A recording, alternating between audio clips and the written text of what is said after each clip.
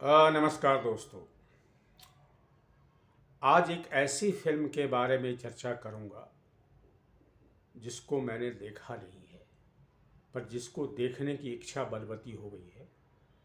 और इस फिल्म का नाम है विनोदनी, एक नटीर उपाख्यान। जी हाँ, ये बांग्ला फिल्म है और ये विनोदनी दासी के बारे में है। विनोदनी दासी बंगाली रंगमंच जो है, बांग्ला रंगमंच जो है, उसकी एक बहुत बड़ी लेजेंडरी एक्ट्रेस थी रामकृष्ण परमहंस के ज़माने में, 19th सेंचुरी में। और उनके नाम पर एक बंगाल में कलकत्ता में रंगमंच भी है, विनोदनी मंच। और ये जो फिल्म है दोस्तों, मैं इसलिए चर्चा कर रहा हूँ, ये खबरों में इसलिए है कि इसको फ्लोरिडा में जो साउथ एशियन फिल्म फेस्टिवल होता है, उसमें इसके निर्देशक रामकमल मुखर्जी को बेस्ट डायरेक्टर यानी कि सर्वश्रेष्ठ निर्देशक का भी सम्मान मिला है। और इसमें जो इसकी जो अभिनेत्री हैं रुक्मिणी मैत्रा, उनको बेस्ट एक्ट्रेस का अवार्ड मिला है और इस फिल्म को ऑडियंस चॉइस का भी अवार्ड मिला है। अब मैं थोड़ा बता दूं विनोदनी दासी के बारे में, मैं फिर से बता दूं विस्तार से। थोड़ा सा संक्षेप में बताया है अभी कि ये बंगाली रंगमंच की बहुत बड़ी अभिनेत्री थी और ये सेक्स वर्कर थी। जी हाँ। और ये जो बंगाली रंगमंच के एक बहुत बड़े पितृ पुरुष, जो पैट्रियार्क जिसको कहते हैं, थे गिरीश चंद्र घोष।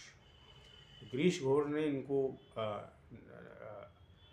नाटक के लाया, नाटक के क्षेत्र में लाया। आप जानते हैं कि ये सब बैकग्राउंड जो इसलिए बता रहा हूँ कि जो थिएटर है हिंदुस्तान में बहुत प्रॉब्लमेटिक रहा है और उसे एक बहुत बड़ी समस्या रही है कि इसमें अभिनेत्रियों का शुरू में मंच पर नहीं आती थी। वो किसी भी देश में धीरे धीरे, किसी भी राज्य में, मतलब तो किसी भी राज्य में, मतलब बंगाल में भी वही समस्या थी। अब तो अभिनेत्रियाँ जो है हिंदी भाषी क्षेत्र में भी आने लगी हैं, कम से कम दिल्ली लखनऊ वगैरह में, लेकिन उसमें कलकत्ता में भी नहीं आती थी। तो गिरीश चंद्र घोष जो बहुत बड़े एक थिएटर पर्सन थे, डायरेक्टर थे, उन्होंने नटी विनोदनी को रंगमंच पर लाया और उसके बाद विनोदनी का व्यक्तित्वांतरण हुआ, कायाकल्प हो गया। वो रामकृष्ण परमहंस की शिष्या भी हो गई और उनका जो सम्मान है बंगाल में लगभग 150 साल से बहुत बड़ा है।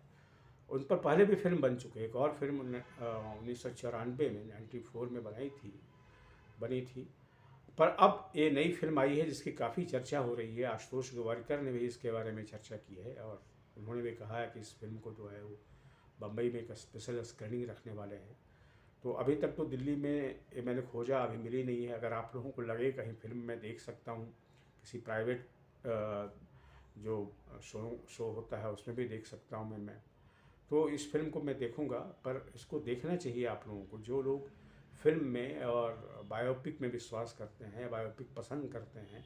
तो मेरी उत्सुकता ये है कि कैसे इसमें पोर्ट्रेल किया है और रामकमल मुखर्जी जो इसके निर्देशक हैं, उन्होंने क्या क्या चीज़ें इसमें रखी हैं दोस्तों।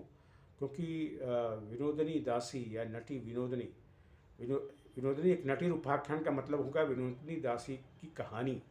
तो उसी की कहानी है, बायोपिक है और ये निश्चित रूप से रोचक होनी चाहिए क्योंकि इसकी काफ़ी लोग तारीफ़ कर रहे हैं और मैं इसलिए इसको देखने के लिए ज़्यादा उत्सुक हूँ कि मैं खुद विनोदनी दासी पर जो हिंदी में नाटक हुए थे उस पर तो लिख ही चुका था। हिंदी में जो किताब आई थी उसकी भूमिका भी जो है वो जो ब्लर्ब जिसको कहते हैं भूमिका, वो मेरी ही लिखी हुई थी वो।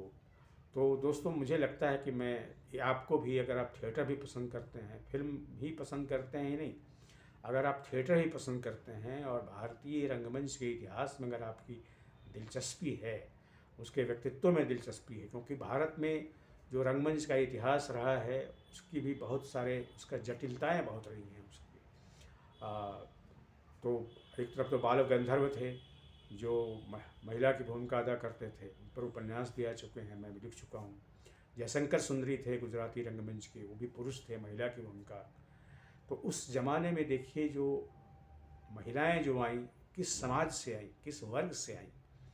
तो ये विनोदनी दासी का एक बहुत बड़ा व्यक्तित्व, धीरे धीरे उनका व्यक्तित्व उस ज़माने में जितना था उससे अब बढ़ता जा रहा है। क्या कभी ऐसा होता है कि जिस व्यक्तित्व के बारे में हम इतिहास के कालखंड में जानते हैं, धीरे धीरे अपने अवदान की वजह से, अपने कंट्रीब्यूशन की वजह से वो व्यक्तित्व बाद में आगे चल कर के और बड़ा होता जाता है। तो विनोदिनी दासी भी उसी तरह के व्यक्तित्व हैं।